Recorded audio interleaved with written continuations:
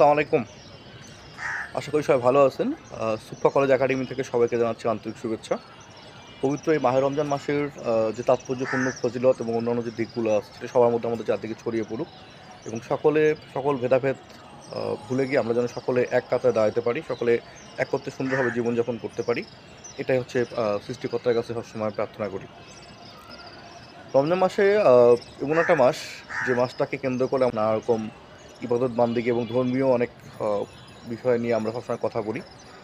প্রত্যেক শিক্ষার্থী তাদের এই যে এসএসসি ২৫ এবং বিশেষ করে অ্যাডমিশন শিক্ষার্থী যারা আছেন, তারা তাদের ধর্মীয় মূল্যবোধকে কাজে লাগিয়ে তাদের জীবনের সঠিক পথে এগিয়ে যাবেন।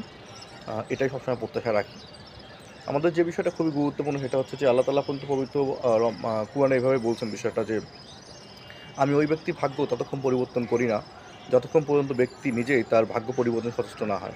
তো আমরা আমাদের ব্যক্তিগত জীবনে আ পড়াশোনার যে বিষয়গুলো আমরা কিন্তু রমজান মাস থেকে অনেক শিক্ষা নিতে পারি। রমজানের পরেই কিন্তু আমাদের একটা ধর্মীয় উৎসব থাকে, আ ঈদুল ফিতর।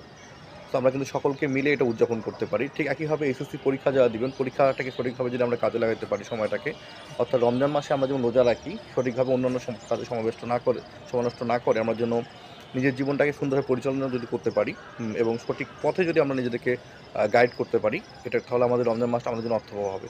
একইভাবে যারা এসএসসি পরীক্ষা দিবেন, তারা কিন্তু তাদের সময়টাকে সঠিকভাবে কাজে লাগান এবং একইভাবে তাদের জীবনকেও অনেক পথে তারা এগিয়ে যাবেন।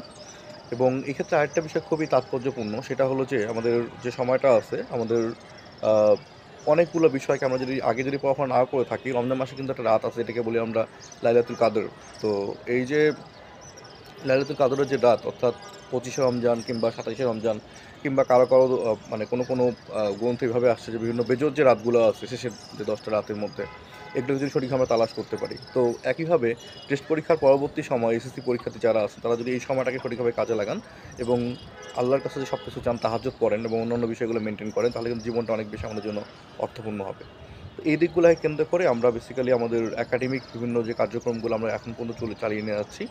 আমাদের ইবিআই, পিসিবি, মাপ এবং মানবিক ক্রাশ যে কোর্সগুলো আছে, সেই কোর্সগুলোতে আমরা স্টুডেন্টদের ভালোভাবে গাইড করছি।